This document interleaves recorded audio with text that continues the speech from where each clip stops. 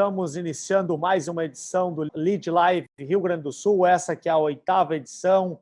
E para iniciarmos esse ano de 2021, convidamos o presidente da FAMURS, Maneco Hassen, que vai falar sobre os projetos da FAMURS para o desenvolvimento social e econômico do Estado. A palavra está contigo, muito obrigado. Eu que agradeço, Eduardo, pelo convite de poder participar junto com todos vocês deste evento. É um orgulho poder estar aqui dialogando, conversando e trocando ideias num momento tão importante e tão difícil para todos nós, que infelizmente estamos passando. E mais do que nunca, o diálogo ele é fundamental para a gente coletivamente construir as soluções que são necessárias para este momento e que serão mais necessárias ainda pelo futuro que nós temos pela frente, de muitas dificuldades, mas também de momentos que nós teremos também para conseguir, juntos, coletivamente unidos, superar tudo isto que estamos passando e todos os prejuízos que tivemos. Então, obrigado, Alide, em teu nome, e a todos os associados pelo convite. E, obviamente, estou sempre à disposição de vocês para todos os debates, diálogos e tarefas que forem necessários para o bem dos municípios do Rio Grande do Sul, para o bem do nosso estado e para as empresas do nosso querido Rio Grande do Sul. Tem uma breve apresentação para fazer aqui para vocês e vou iniciar falando um pouquinho sobre como eu vim chegar na FAMURS, né? Como que assumimos a função aqui na FAMURS, que iniciou, obviamente, no nossa querida Taquari.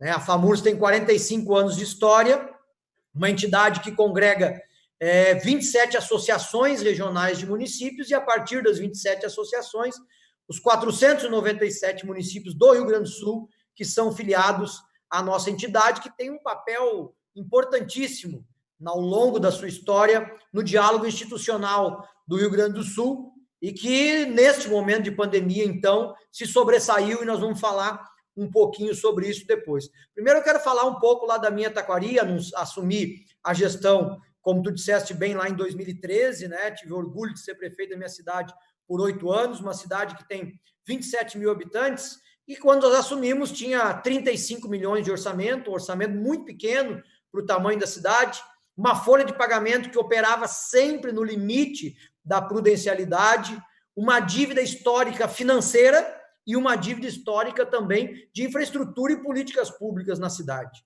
E tinha, inclusive, Eduardo, um ditado lá em Taquari, infeliz, que Taquari era a cidade do já teve. A nossa cidade, infelizmente, com uma autoestima muito baixa e que acabou, por um período, ficando aquém do avanço das demais cidades do estado, e especialmente das cidades ali do Vale do Taquari. Bom, nós assumimos esse cenário e fomos, aos poucos, trabalhando para poder mudá-lo, e coloquei aqui como símbolo disto uma reportagem da Folha de São Paulo, que relatou um pouco daquilo que a gente conseguiu produzir em Taquari, né? E tem uma frase que a reportagem utiliza, que é a adoção de estratégias pouco ortodoxas. E já vou dizer por que pouco ortodoxas, né? Porque a política ela tem, entre todos os partidos, algumas coisas que acabam sendo meio que padrão, né, de quase todos os partidos e de quase todos os gestores públicos, e lá em Taquari a gente acabou adotando algumas ações diferentes, né, do normal neste sentido. Vou chegar lá, mas antes eu quero só mostrar rapidamente alguns números de como a gente entregou Taquari. Tá?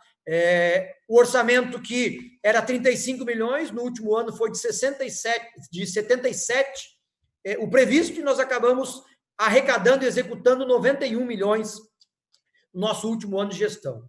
A folha de pagamento foi entregue no último ano, Eduardo, em 33% do orçamento.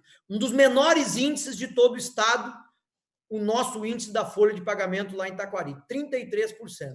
Nós finalizamos 8 anos de gestão com mais de 100 milhões de investimentos nas mais diversas obras, nos mais diversos setores. É um valor, comparado a outras cidades e ao nosso orçamento, muito elevado. Foram mais de 100 ruas pavimentadas, inclusive com acesso à cidade. Nós, hoje, temos postos de saúde por todas as regiões da cidade, nenhuma criança sem creche, enfim, uma série de investimentos na infraestrutura da cidade, com forte investimento na geração de emprego, no incentivo a geração de emprego na cidade, com que faz com que, em plena crise, Taquari tenha tido índice positivo na geração de emprego neste ano que terminou, 2020, muita qualificação na gestão e muito trabalho no aumento das receitas próprias nas mais variadas formas. Né? E este resultado só foi possível por algumas ações simbólicas que eu vou relatar aqui para todos vocês, mas que fogem do normal e que estão aí no nosso próximo slide para mostrar para todos vocês. Veja bem, Eduardo, nós governamos com apenas 2 secretários e reduzimos em 80% o gastos com CCs. E aqui, por isso que a Folha de São Paulo diz medidas pouco ortodoxas, né? Porque eu não conheço, são raras as cidades, especialmente as cidades médias, como a nossa, 27 mil habitantes, que conseguem governar com 2 secretários e reduzir em 80% o gasto com CCs. Obviamente, isso não é fácil, mas a gente conseguiu, com isso, ter uma gestão enxuta, mas muito mais eficiente, muito mais transparente. E este recurso que foi economizado, ele foi todo ele aplicado diretamente nos investimentos necessários para a cidade, que eu vou falar um pouquinho sobre isso depois. Tá? Outra medida, Eduardo, lá em Taquari, era uma das únicas cidades do Brasil em que a prefeitura tinha um jornal e uma rádio. E uma rádio com boa audiência na região toda. Só que dava prejuízo todo ano, seja pelos investimentos diretos que a prefeitura tinha que pagar para a folha de pagamento, seja pelas reclamatórias trabalhistas, impostos, etc., que acabavam acumulando e que até hoje tem precatório na cidade para pagar, ainda que a gente conseguiu, pelo menos, organizar. Bom, contra tudo e contra todos, algo que talvez raríssimos gestores públicos fossem fazer, nós fechamos o jornal e a rádio da cidade. Agora, me respondam vocês, não é o que todo prefeito, que todo governador quer, que todo presidente quer, ter uma rádio e um jornal para si, para fazer propaganda de si mesmo? Está aí, né, o governo federal que prometeu fechar a EBC e, ao contrário, ao invés de fechar, está investindo mais para poder fazer a propaganda do governo. Então, ou seja, por isso é que a Folha de São Paulo diz medidas pouco ortodoxas. Vou citar essas duas, podia citar outras aqui que a gente utilizou, mas essas duas são simbólicas de o porquê que a gente conseguiu dar um salto na gestão em Taquari e a quantidade de investimentos que fizemos, que daria aqui 1 hora de palestra só para detalhar esses investimentos. Tá? Mas, em geração de emprego, e é isso eu preciso falar, foram mais de 12 milhões investidos direto na geração de emprego. Trouxemos para a cidade 3 investimentos milionários na área da produção primária, que são os aviários, que Taquari não dispunha, era uma falha da cidade. Fizemos e finalizamos o acesso à cidade que liga Taquari a 386, um acesso logístico importantíssimo para a nossa Taquari, para toda a região. E na próxima foto tem 2 coisas aqui sintomáticas. Nosso hospital, que estava para ser fechado, hoje está lá atendendo com 10 leitos de UTI, centro de imagem completo e investimento superior a mais de 10 milhões de reais com recursos próprios do município que colocamos no hospital. E na geração de emprego, nós investimos 9 milhões de recursos próprios para hoje estar lá com uma empresa de call center que, neste momento, tem 950 pessoas trabalhando. Se não fosse esse investimento nesta crise toda, nós íamos ter em Taquari mais de 900 famílias que hoje não teriam alguém da sua família trabalhando e, obviamente, eu não preciso nem dizer o quanto isso impacta na economia da cidade como um todo, na medida em que o salário dessas pessoas é gasto todo ele no nosso comércio e cria uma roda que gira para frente, fazendo o crescimento da cidade, que, obviamente, no pós-pandemia vai ser fundamental. E entre tantos projetos de futuro, só um aqui para não esticar muito a conversa, que é o projeto de futuro do nosso hospital, que está planejado pelos próximos 10 anos, os investimentos para o nosso hospital se tornar um hospital regional ainda maior e melhor do que ele já é hoje. Então, a partir disso, que nós fizemos em Taquari, uma gestão enxuta, com medidas inovadoras e contrárias ao senso comum da política, unindo a cidade em torno de um projeto para o município, é que os resultados apareceram, e eu tenho muito orgulho de dizer que nós conseguimos transformar a vida de Taquari. Isso foi, inclusive, revelado com o resultado das urnas, em que o meu vice-prefeito se elegeu prefeito, com uma aprovação recorde na cidade, Nós terminamos o governo com mais de 90% de aprovação, elegemos 8 dos 9 vereadores e o projeto continua trabalhando na cidade para continuar avançando. Isso nós trouxemos para a FAMURS.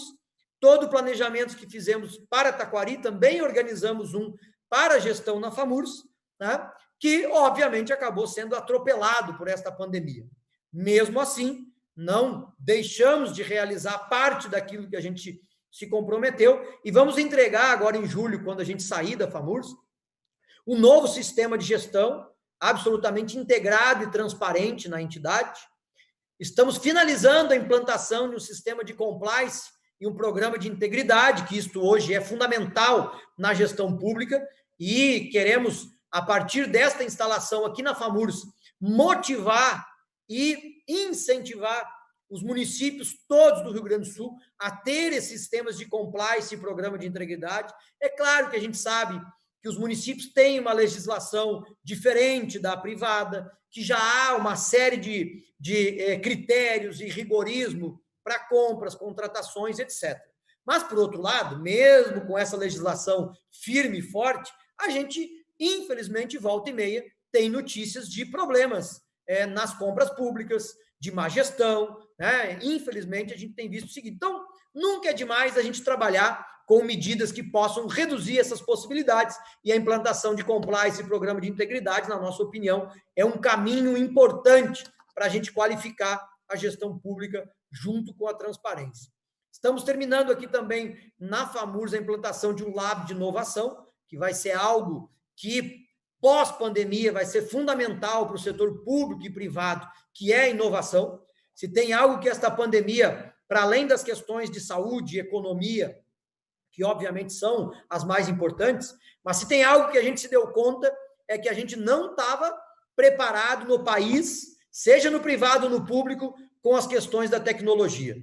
A maioria dos municípios, para não dizer todos, e boa parte também das empresas foram pegas de surpresa com a falta de inovação e tecnologia que o momento exige. É claro que o privado conseguindo se superar com mais rapidez e os municípios ainda com dificuldades, até porque tivemos uma eleição no meio do processo de pandemia que sempre atrapalha processos de inovação.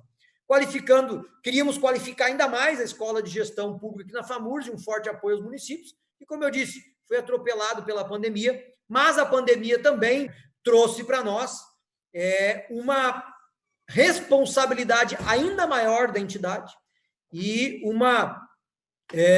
um exercício diário de diálogo e responsabilidade todos os municípios do Rio Grande do Sul, das associações da nossa entidade. Por que digo isto, Eduardo, e quem está nos presenciando? Toda a sua história, a FAMURS sempre tratou de pautas que unificavam os municípios. Nunca se teve na história da FAMURS uma pauta em que os municípios ficassem se contrapondo em opiniões. Porque as pautas da FAMURS eram pautas dos municípios agregadoras, mais recursos para cidades, projetos de melhorias na gestão pública, uma mudança legislativa, a realização de eventos, realização de cursos, o diálogo com o governo do estado, o diálogo com o governo federal, sempre em pautas unificadoras. E a pandemia traz um momento novo também para a FAMURS, porque coloca as diferenças dos municípios todas à prova e, diariamente, um diálogo em que sempre há opiniões divergentes. São municípios que têm maneiras de trabalhar diferentes, que têm gestores públicos que pensam diferentes e que têm realidades diferentes. O Rio Grande do Sul tem cidades como Porto Alegre, a nossa capital, e as cidades da região metropolitana, que vivem, que são juntas uma das outras, que praticamente não têm limites. E nós temos cidades nas fronteiras, por exemplo, que chega a ter, às vezes, 80, 100 quilômetros de distância um município do outro, com bairros, com comunidades absolutamente afastadas. E tem municípiozinhos que têm 1.000 habitantes, 1.500 habitantes, que tem uma ou duas lojas, ou seja, realidades diferentes. E tudo isso aflorou nesta pandemia por conta, obviamente, da necessidade de se adoção de medidas econômicas e sociais para conter a pandemia. Então, a FAMURS tentou sempre, e eu tive esta missão, esta coincidência de assumir a FAMURS no meio da pandemia e provavelmente vou entregar em julho, ainda sem terminar a pandemia também. Então, nós procuramos sempre, neste período, tentar ser o equilíbrio das posições entre os municípios e o diálogo dos municípios com o governo do estado e demais entidades. Acho que tivemos um papel fundamental no ano passado, nos momentos mais agudos, especialmente quando se implantou a cogestão, que foi no momento em que houve uma possibilidade de atrito entre municípios, entidades empresariais e o governo do estado. Nós conseguimos encontrar este denominador comum que nos trouxe até aqui, né? Durante o período também, nós não deixamos de debater outras questões importantes relativas à pandemia, ou que transitaram por ela, como, por exemplo, a questão da volta às aulas, que o ano passado deu um debate duro no estado sobre isso, e este ano, antes deste pico que nós estamos vivendo, também houve aí um momento de debate da volta às aulas. Estávamos nos preparando para este retorno, quando fomos surpreendidos por uma nova onda da pandemia. Debatemos também, durante tudo isso, um papel importante que a FAMURS teve na questão da reforma tributária do nosso estado, né, que o governador, acho que errou no momento em que apresentou a reforma, uma reforma fundamental para o futuro do Rio Grande do Sul, que deveria estar sendo debatida desde o primeiro dia de governo e acabou sendo deixada para o período da eleição. Já lembramos, já cobramos o governador que mesmo quando com a pandemia, o momento de se debater a reforma que não foi feita a contento é neste ano que não tem eleição. O Rio Grande do Sul precisa de uma reforma tributária que torne o nosso estado com uma legislação mais simples, que torne o nosso estado mais competitivo, que tribute mais a renda e menos a produção e o consumo. Então, ou seja, são reformas que o Rio Grande do Sul precisa fazer, e a tributária é uma delas. E também conseguimos participar ativamente na construção de algo que ainda não foi aprovado, mas que, na nossa opinião, é um fator primordial para este momento que estamos vivendo, que é os auxílios emergenciais, tanto para as pessoas, quanto para as empresas, quanto para os municípios. Não é possível, não é correto, não é o melhor caminho os governos decretarem o fechamento ou a restrição de atividades comerciais, industriais e de serviços e, ao mesmo tempo, não fornecer para essas classes econômicas e sociais uma alternativa de renda para produzir, pelo menos, a sobrevivência. Se é correto se adotar medidas de restrição, e acho que são, para a gente conter a disseminação do vírus e os picos que a gente tem enfrentado, por outro lado, o governo, especialmente o governo do estado do Rio Grande do Sul, teria e tem instrumentos para fornecer programas econômicos para ajudar com que as empresas e as pessoas sobrevivam nesse período. O Rio Grande do Sul tem uma vantagem frente a outros estados. Nós temos o Banrisul, nós temos o BRDE e nós temos o Badesul. 3 bancos públicos absolutamente capitalizados, profissionais e que têm amplas condições de poder fornecer para a sociedade gaúcha instrumentos para diminuir as dificuldades econômicas e sociais que nós estamos passando. E isto foi uma falha neste período de pandemia, em que as medidas de restrições são necessárias, é claro que são. Elas estão todas corretas? Provavelmente não. Cada um de nós vai encontrar pontos que a gente possa criticar e que possa melhorar. Mas, independentemente da correção ou não das medidas, o fato é que faltou o lado econômico, o lado social, de produzir ações que pudessem fornecer o outro lado da moeda. Se eu fecho aqui, eu tenho que abrir por aqui. O abrir, nesse momento, seria permitir programas e ações econômicas e sociais para diminuir os prejuízos que as classes sociais e as entidades empresariais, setores econômicos estão sofrendo. Foi uma falha que ainda dá tempo de amenizar, pelo menos, e nós temos insistido com essa pauta com o governador. Não posso terminar aqui, antes de entrar na conjuntura pós-pandemia, não posso deixar de falar aqui sobre a questão da vacinação, que esta tem sido a prioridade absoluta da FAMURS neste ano de 2021. Não há caminho para sair da pandemia sem vacina. Não há caminho para a gente vacinar a população de maneira mais rápida, eficiente e com um cronograma definido, se não a gente pressionar o governo federal para isso acontecer. A responsabilidade pela vacinação é do governo federal, sempre foi em toda a nossa história. E nós precisamos, quando eu digo nós, somos todos nós, municípios, estado, Congresso Nacional, Assembleia Legislativa, entidades empresariais, entidades de classe e sociedade em geral. Nós precisamos dizer para o governo federal que precisamos de vacina. O Brasil está atrasado, demorou para se organizar, não se planejou, mas não justifica a gente continuar cometendo os mesmos erros. E se, porventura, o governo federal não se acha preparado, não tem condições ou não encontrou o caminho para fazer a agilização do processo de vacinação, que ele então permita para os estados e municípios e para a iniciativa privada fazer isso. Não é o correto. O correto é o governo federal. Mas, no momento que nós estamos, o desespero que se abate a todos nós, os números da pandemia que se agravam a cada dia, nós precisamos acelerar a vacinação. E se o governo federal não consegue fazer, que deixe a gente fazer.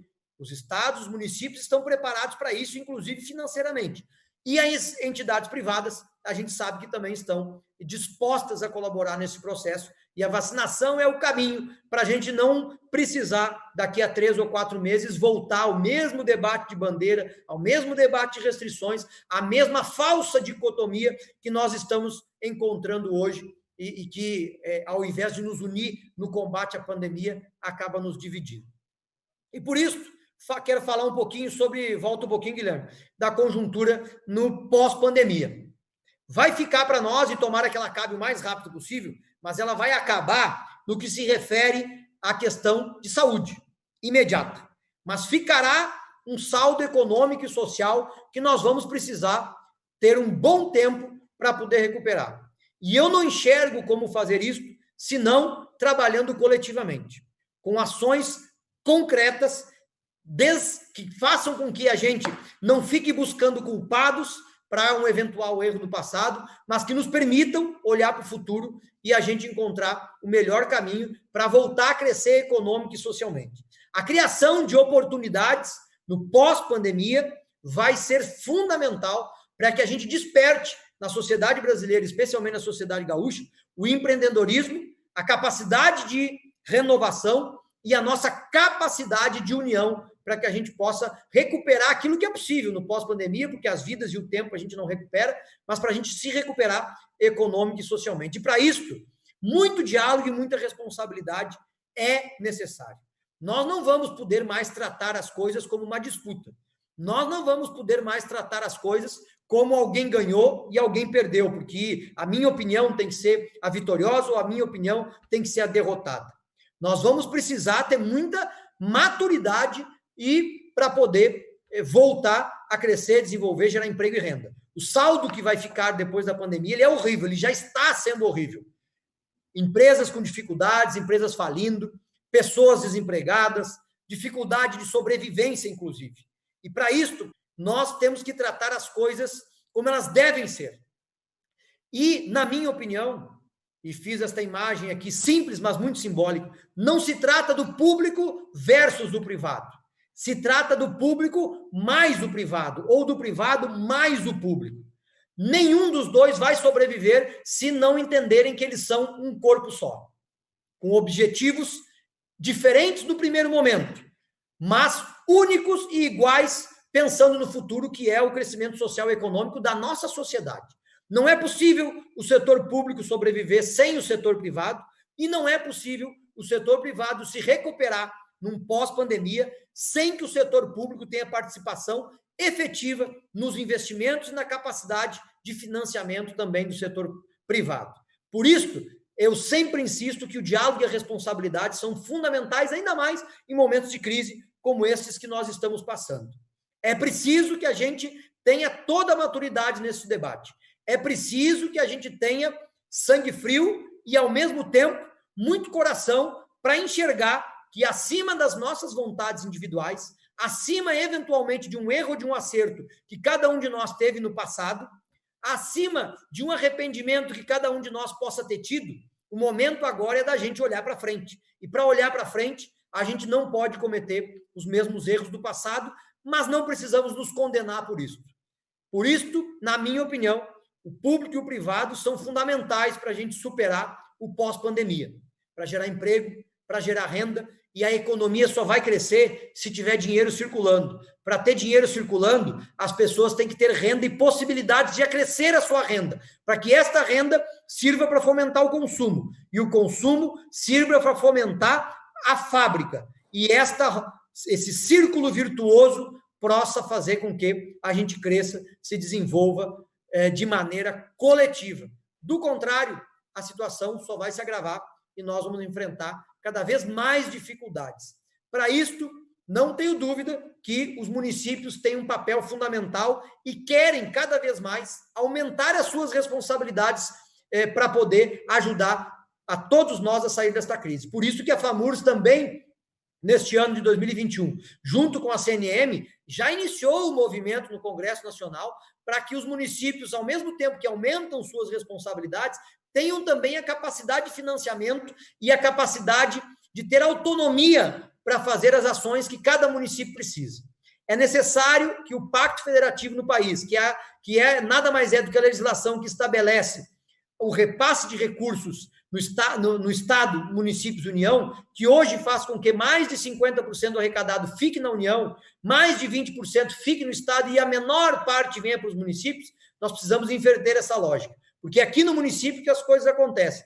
É no município que o cidadão, que o lojista, que o empresário vai conversar com o prefeito e que consegue resolver o seu problema. No Estado e na União, ele tem dificuldade de chegar, demora mais, a burocracia é maior. Então, é no município que as coisas se resolvem. E é nos municípios que nós vamos conseguir superar esta crise de maneira mais rápida, eficaz e ágil. Volto a dizer que me sinto muito lisonjeado, espero ter contribuído com as ideias que trouxe e, claro, estou à disposição sempre que vocês precisar e se porventura tiver alguma dúvida, alguma pergunta, algum questionamento, que a gente possa agora ampliar o debate sobre esses temas que eu falei ou sobre quaisquer outros que vocês queiram para a gente debater. Muito obrigado. Bom, presidente Maneco, nós que agradecemos por ter aceitado o convite de estar aqui conosco, explanando. Eu já quero primeiramente lhe parabenizar pela gestão que foi feita em Taquari, uma gestão com políticas públicas que buscavam uma gestão mais eficiente, inovadora, que é isso que às vezes a gente trabalha muito dentro. O LEAD, ele representa diversos setores da economia e nós estamos acostumados a trabalhar isso dentro das nossas empresas, porque senão a concorrência hoje ela acaba com o teu negócio e a gente precisa sempre ser cada vez mais eficiente, mais inovador para se manter vivo e se manter no mercado. E qual era o grande questionamento para as políticas públicas era quando é que vai ser implementado isso? E cada vez mais ouvindo uma gestão dessa forma, que busque a qualidade do investimento, a qualidade da inovação, a redução dos processos burocráticos. Isso é muito importante, isso me deixa muito feliz ouvir isso, e agora, à frente da FAMURS, podendo ampliar esses processos para todos os municípios do Estado. Eu vejo que dois pontos me deixaram muito feliz na sua fala.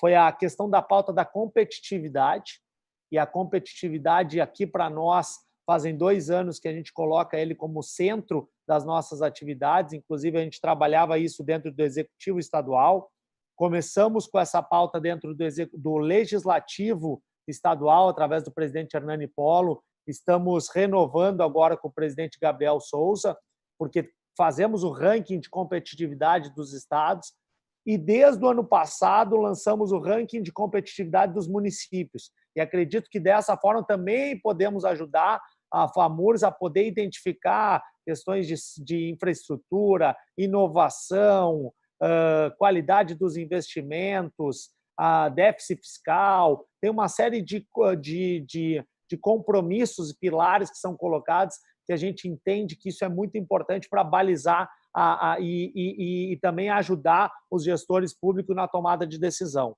Outro ponto que eu acho muito importante, que também que é uma das nossas pautas, que é a questão da interlocução entre o público e privado.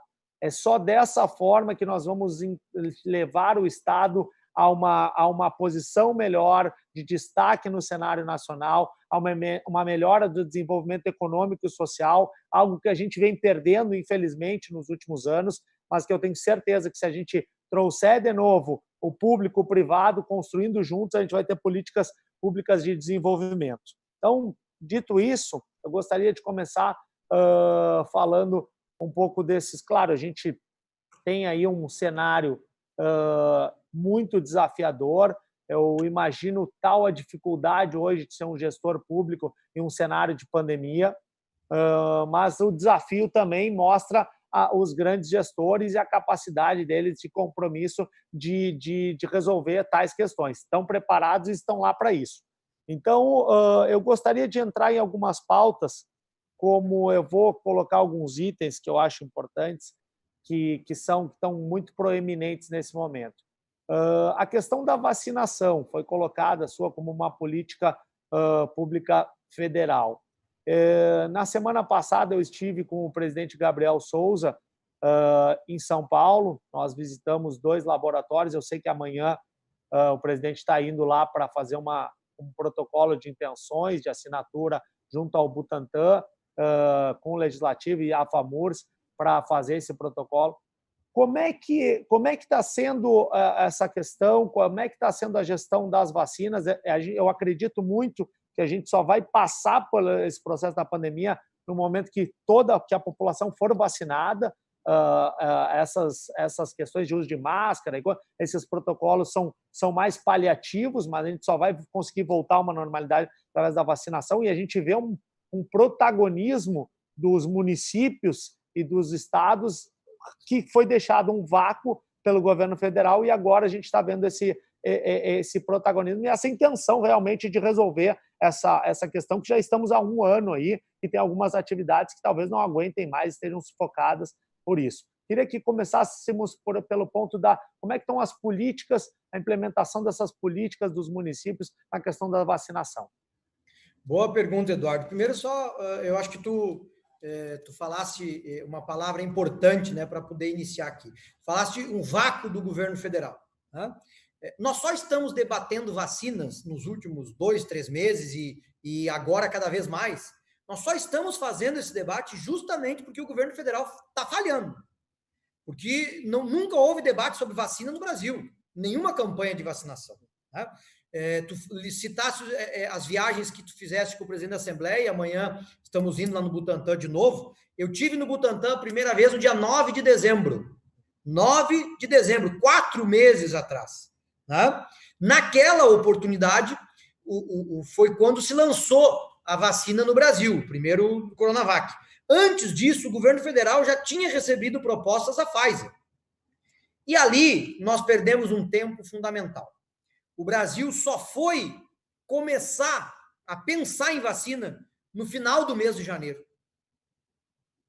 E isto criou um hiato enorme. Mais de 50 países começaram a vacinação antes da gente. E até hoje, o governo federal não tem um cronograma de vacinação. E digo isso com absoluta tranquilidade, porque na última quarta-feira eu participei de uma reunião muito fechada com o ministro da Saúde, com a CNN, e ele não apresentou o calendário de vacinação nenhum, porque ele não tinha.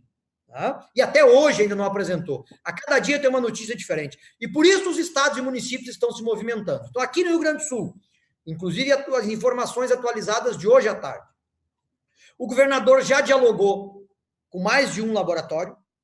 Nós, né, já dialogamos, eu digo aos municípios, né, Grampal, FAMURS, AGECOMP, também já dialogamos com mais de um laboratório. O governo do estado tem recurso orçamentário previsto, né, aprovado já na Assembleia. Os municípios do Rio Grande do Sul têm recursos financeiros para poder colaborar com a aquisição de vacinas. O que tranca hoje a compra de vacinas? O governo federal, que não compra e não permite os estados e municípios comprar. Eu acredito que ele não vai segurar esta situação por muito tempo. Ou ele vai ter que comprar, ou ele vai ter que liberar para os estados e municípios comprar. Liberdade, verdade, né? E não com as ameaças de pegar a vacina para ele. Junto com isso, enquanto isso não se define, o que nós estamos fazendo no Rio Grande do Sul? Deixando tudo pronto, jurídica e financeiramente, para comprar a vacina assim que for liberado, negociando, organizando. Reunimos todos os consórcios públicos do Rio Grande do Sul no mesmo guarda-chuva. Segunda-feira estamos lançando, já são mais de 420 municípios que aderiram ao nosso protocolo. E hoje iniciamos um movimento que é único, excelente, que é Unidos pela Vacina, liderados pela Luísa Trajano, da Magazine Luiza, que aqui no Rio Grande do Sul já encontrou inúmeros parceiros, o Instituto Floresta aqui de Porto Alegre, nós da FAMURS, né? Estamos iniciando, então, uma pesquisa com os 497 municípios para identificar todos os gargalos que, porventura, tenham nas cidades. Falta um refrigerador, falta um carro, falta equipamento de proteção, enfim, ampliando esse diagnóstico para o processo de vacina no Estado andar da melhor forma possível. Hoje, o problema da vacinação é não ter vacinas em quantidade suficiente, é o que tem atrasado o processo. Bom, obrigado, presidente. A próxima questão é a questão da... A gente vê aí nos últimos, principalmente nas últimas 2-3 semanas, um agravamento das questões da pandemia aí com os hospitais, o sistema de saúde atingindo as suas capacidades máximas e o governo do estado entrando, colocando todos os municípios em bandeira preta. Desde os últimos meses estava sendo implementado o modelo de cogestão, onde os municípios eles também participariam dos processos e poderiam ter dentro do seu município, da sua região, o entendimento de qual a melhor forma de fazer a gestão dessa pandemia. Na última semana, o governador ele acabou tirando a cogestão e acabou só que trazendo só para si a tomada da decisão. E acaba isso que diversos setores que já vinham sendo muito impactados não têm mais a possibilidade de trabalhar. E aí a gente vê setores bares, restaurantes, eventos, uma série de setores aí que estão impedidos de exercer suas atividades devido a essa quebra da cogestão. Como é que isso tem sido trabalhado dentro da FAMURS? Qual é a visão e qual o processo dentro do diálogo junto ao governo do Estado? Bom, algumas preliminares só assim primeiro, né? Esta novo período da pandemia, ele surpreendeu a todos. Tá? Não custa lembrar que na segunda-feira, dia 15 ou 16 de fevereiro, se eu não estou enganado, o governador faz um decreto ampliando as possibilidades de alunos em salas de aula. Então, portanto, o Rio Grande do Sul todo, inclusive os municípios, se preparando para a volta às aulas. No dia 8 de março, alguns municípios, inclusive, já tinham retornado. Então, ou seja, o governador faz um decreto tirando restrição, na segunda. Na sexta, vem o mapa com 11 regiões em bandeira preta. Eu tenho inúmeras divergências com o governador. Sou oposição ao governador. Agora, eu tenho certeza absoluta que o governador nunca iria liberar mais alunos em sala de aula numa segunda para trancar na sexta. Nunca. O governador ele não ia fazer isso nunca, né? Uma medida desta. Ele não é uma pessoa desonesta e muito menos maldoso. Tá? Então, ou seja, ele também foi surpreendido. Todos nós fomos surpreendidos pela velocidade com que os casos começaram a subir e continuam a subindo. Bom, então este novo momento, esta nova realidade, ela passou a ser considerada com muita preocupação para todos. Então, volto a dizer, nós vínhamos num momento, nas últimas semanas, de caminhando para mais liberações e de uma hora para outra restringiu tudo. E, obviamente, isso assustou todo mundo. Ponto 1. Ponto 2. Nenhuma medida que nos restringe a liberdade, seja ela de trabalhar ou seja ela da liberdade de ir e vir, no sentido de fazer as coisas que a gente gosta, nenhuma medida vai agradar a todos. Sempre são medidas ruins. E não há como tu ter medidas que possam desagradar igualmente a todos. Não há como. Não há. E junto com isto, obviamente, nós temos um problema na pandemia, que é a dificuldade que nós, enquanto sociedade, aí me incluo junto, incluo a todos, neste último período, de cumprir as determinações. Haja vista as imagens do final de ano, de carnaval, das aglomerações. Porque as aglomerações não foram só em festas. Elas eram nos restaurantes, elas eram na rua, elas eram nas praças, elas eram na casa da gente. Então, nós também falhamos no cumprimento integral, no cumprimento correto dessas medidas.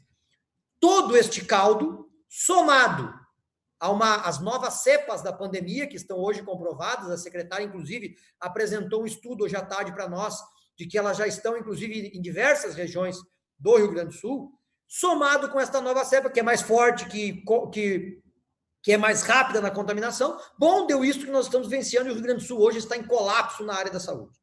E isso é que levou o governador a fazer essas medidas até o dia 22. Nós temos um consenso, que eu não vi ninguém dizendo o contrário, que as medidas precisam ser mais rigorosas. Há divergências se elas precisam ser tão rigorosas num setor e mais liberais em outro setor. E isso eu acho que sim, que há espaço para se discutir quando se tem uma mesa de diálogo para isso. E há, me parece, que uma dificuldade na construção desta mesa de diálogo, não só por parte do governo do Estado, mas também por uma parte da sociedade que atua no sentido de constranger o governador. Quem sou eu de novo para defendê-lo, né? Quem sou eu de novo? Mas há, sim, uma parte da sociedade que busca com isso atingir o governador politicamente e que acaba atrapalhando as mesas de negociações sobre isso. A posição da FAMURS tem sido de tentar sempre buscar o equilíbrio, ainda que às vezes, e aí isto é uma questão de responsabilidade da entidade, de fazer o debate nas instâncias corretas. Qual é a instância correta? É quando a gente está em reunião.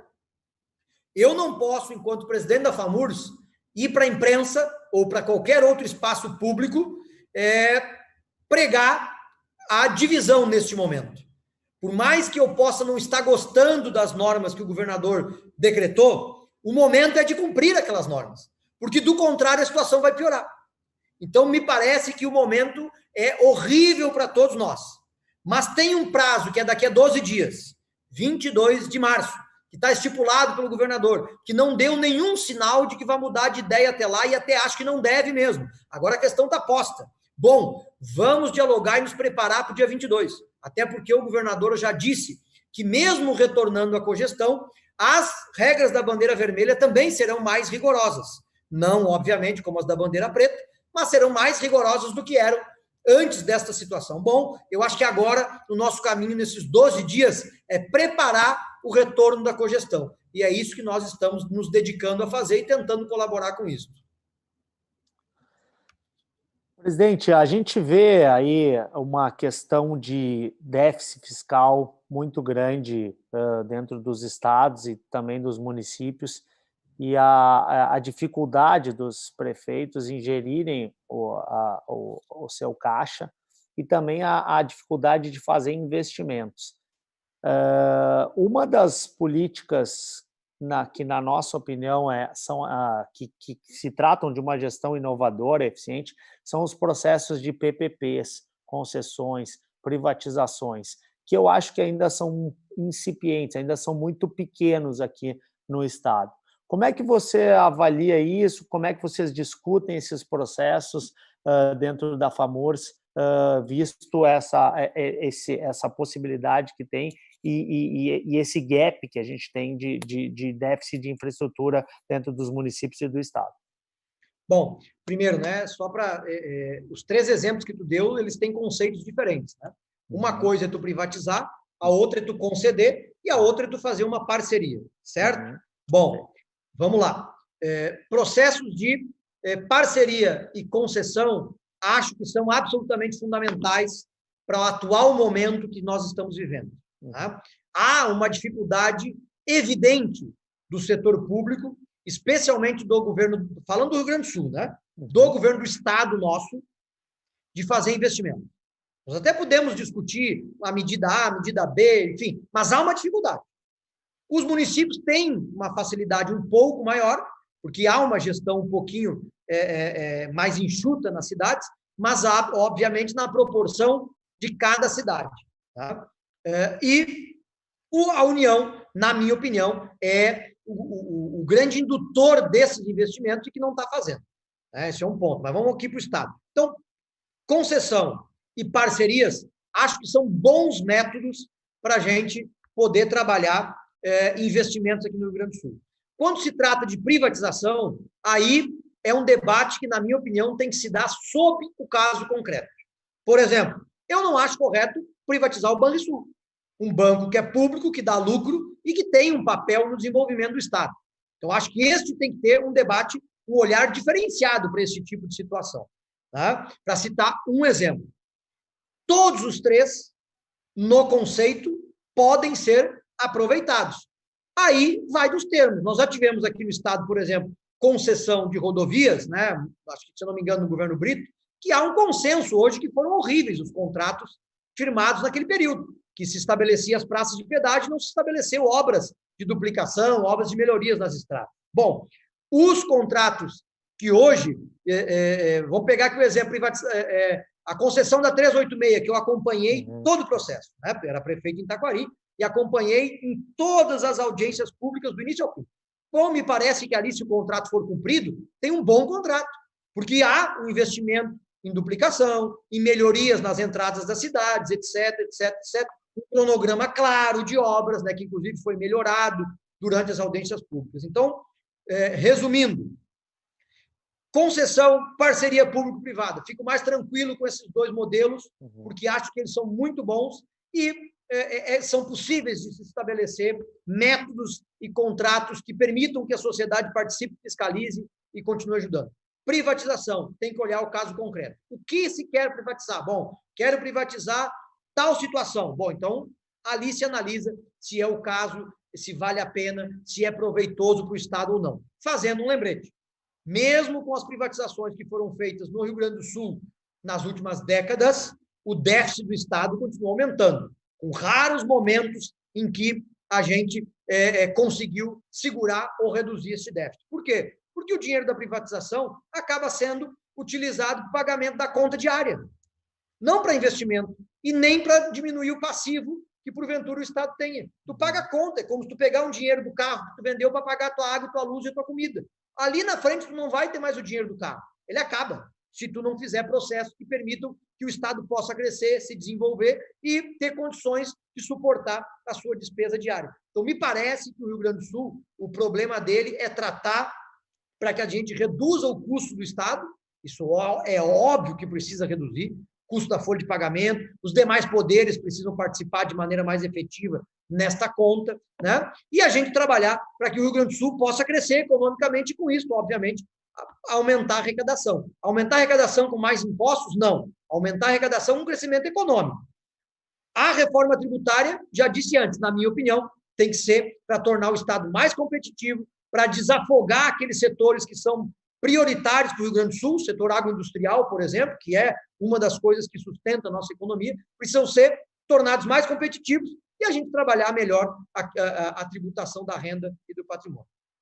E, na sua opinião, só mantendo essa pergunta, quais são os setores mais promissores e com maior déficit? Por exemplo, a gente vê tratamento de esgoto, algo que ainda é muito incipiente no Estado. Quais seriam os grandes gargalos que poderiam ser aproveitados pela gestão pública e também pelo setor privado como investimento? Eu acho que aqueles que são mais evidentes e mais rápidos, né? Que é o setor de estradas. O Rio Grande do Sul já há um processo em andamento, né, que tem que ser trabalhado, obviamente, os melhores contratos possíveis, mas há essa possibilidade.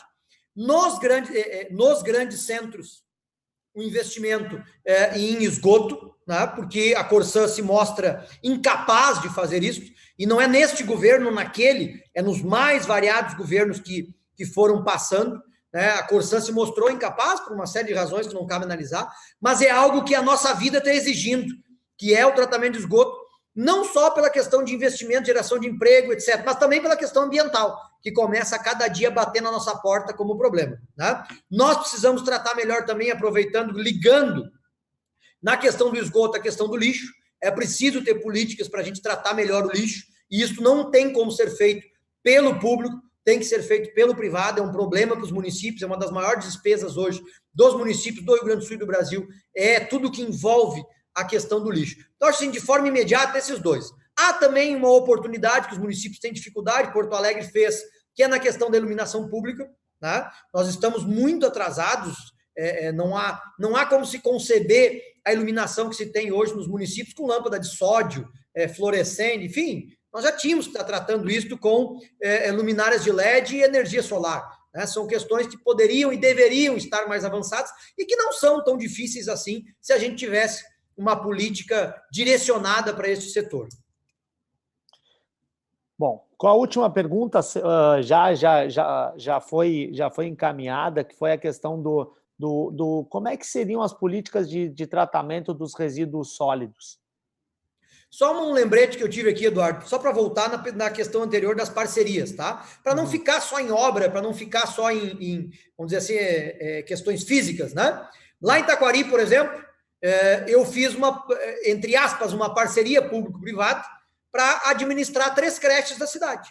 Então, hoje eu tenho lá 3 creches sendo administradas por uma entidade privada, custo reduziu, e além de reduzir o custo, eu aumentei em 100 vagas, e consegui colocar o horário das 6 da manhã às 7 da noite para poder atingir os trabalhadores do comércio, que era uma demanda antiga. Se fosse com o modelo, entre aspas, normal do serviço público, nós não iríamos conseguir, né? Porque o custo é mais elevado, eu teria que, enfim, né? Tudo aquilo que envolve as dificuldades que ainda não foram adaptadas no setor público e que precisam ser adaptadas. O setor público, neste ponto, ele não precisa, não deve mais ser diferente do setor privado. Não tem por que um trabalhador do setor privado trabalhar 8 horas e o do setor público trabalhar 6. Se em um momento da nossa história isto foi importante, eu acho que foi, né? Há 20 anos atrás, 30 anos atrás, era outra realidade o serviço público para o setor privado. Hoje não. Hoje nós precisamos... Eu não estou dizendo que tem que ser iguais, porque não são. O privado não é igual ao público e não deve ser igual. Agora, não há mais por que o serviço público ter determinadas regras que não se aplicam mais nos dias de hoje. E dei aqui um exemplo, esse do horário, né? Não há por que o trabalhador normal da loja ir até às 6 da tarde e a prefeitura fechar às 5, né? Com o funcionário da prefeitura ganhando mais do que o funcionário da loja. Então, são alguns detalhes que a gente precisa avançar neste debate, o que não significa desvalorizar o setor público. Pelo contrário, ele precisa ser adaptado à nossa realidade. E tu tinha feito uma pergunta... Da questão dos resíduos sólidos. Isso, da questão do resíduo sólido. Muito bem. Qual é o problema hoje, tá? Eu já disse, resíduos sólidos, o lixo, depois da folha de pagamento, sempre a segunda ou terceira maior despesa de qualquer cidade. Né? Depois da folha de pagamento, lá em Taquari, depois da folha é o lixo. E algumas cidades fica em terceiro. O conjunto de tudo que envolve o lixo. Por quê? Bom, primeiro, a legislação ambiental, corretamente, ela engessou, não tem mais lixão, né? Para te licenciar hoje um aterro sanitário, o investimento é milionário, então quase ninguém consegue fazer, porque ele não se sustenta. Então, tu não vai investir 100 milhões num aterro, como é que tu vai ter lucro? É um investimento privado, tem que ter lucro. Tá? Então, há este problema de equacionar financeiramente a questão do lixo. A reciclagem hoje, da mesma forma, ela não é sustentável. Então, não é possível tu fazer lá em Taquari uma usina de reciclagem de lixo, a não ser que o município banque, porque ela não dá lucro. Não tem instrumento para fazer ela dar lucro. Então, me parece que a questão do lixo aqui no Estado, por tudo que ela envolve, ela deveria motivar um debate dos municípios, Tribunal de Contas, Ministério Público e iniciativa privada, para encontrar uma solução que possa, primeiro, incentivar e viabilizar a reciclagem, que a gente sabe que é algo que nós estamos muito atrasados, né, aqui no Brasil. Então, esse é o primeiro ponto. Segundo, que fizessem com que a gente conseguisse instalar métodos alternativos. Não dá mais para enterrar lixo, né? Já há exemplos em vários setores do mundo, em vários países do mundo, de soluções que são menos piores do que enterrar lixo. Não cabe mais enterrar lixo hoje. Tá? Então, só que esse debate ele só vai ser possível quando tu conseguir colocar na mesma mesa, num processo desapegado de preconceitos, né? Preconceitos no sentido de ter conceitos já pré-formatados, com essas instituições. Município, Ministério Público, Tribunal de Contas e entidades privadas. Nós precisamos saber que, para ter investimento nessa área, o investidor vai ter que ter lucro. O lucro justo. Nós precisamos saber que os municípios vão ter que subsidiar num primeiro momento, porque não há como, né, o investidor retirar o lucro dele todo daquilo que o município teoricamente paga. E nós precisamos, com este subsídio, fomentar a reciclagem de lixo, porque é ela que vai fazer a roda, entre aspas, girar, para a gente diminuir a quantidade de lixo e no futuro, não muito próximo, mas que ele tem que começar a fazer uma roda, né, em que o lixo se torne riqueza e se torne energia. Bom, presidente Maneco, nós estamos chegando aí no final da nossa live. Pelo horário, eu quero lhe dizer que nós recebemos uma série de mensagens aí aqui lhe parabenizando, tanto pela gestão como prefeito de Taquari, mas também pela gestão que está sendo feita agora à frente da FAMURS. É muito importante para nós no LIDE, como representantes do setor privado, termos essa interlocução com as prefeituras, com os gestores públicos, no intuito de contribuir para o desenvolvimento econômico e social das nossas cidades, do nosso estado, do nosso país. Então, já fico aqui, deixo novamente, continuo as portas abertas para essa interlocução que vai trazer realmente o desenvolvimento para o nosso estado, que é o público e o privado, a pauta da competitividade, como foi bem colocada.